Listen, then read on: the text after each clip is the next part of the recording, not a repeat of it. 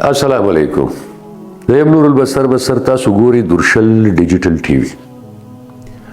زموږ د پروګرام نوم دی امام. موږ په امام پروګرام کې په خلفای راشدین باندې سوالونه راوړو.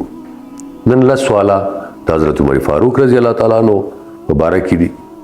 دا رومبنه سوال د حضرت عمر فاروق رضی الله تعالی عنہ چې کوم ورو حضرت زید رضی الله تعالی عنہ داغه د شهادت مرثیه چا لیکلې وه. دویم نمبر سوال د حضرت عمر فاروق رضی الله تعالی عنہ یو بچی و یو زوی و چې هغه ډېر غټ عالم و ډېر غټ عابد و. د هغه نوم څه دی؟ دریم نمبر سوال د نبوت په وخت کې د حضرت عمر فاروق رضی الله تعالی عنہ عمر څو؟ څلورم نمبر سوال دا حضرت عمر فاروق رضی الله تعالی عنہ یو بچی و چې د هغه نوم اسیم و. د هغه د مور بیبي نوم څه و؟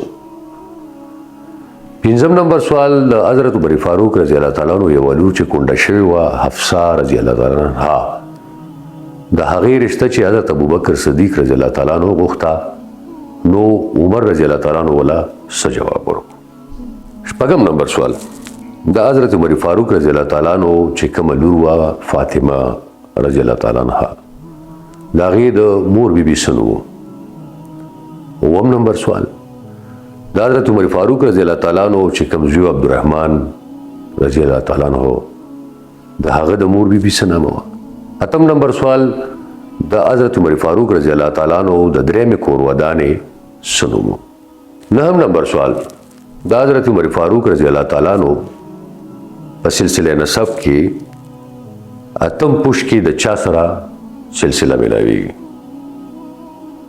لسم نمبر سوال د حضرت عمر فاروق رضی الله تعالی عنہ په قریشو کې د ده سره کومه عهده وه؟ خپل نور البصر بصر له اجازت ورکوي. د خدای په امان.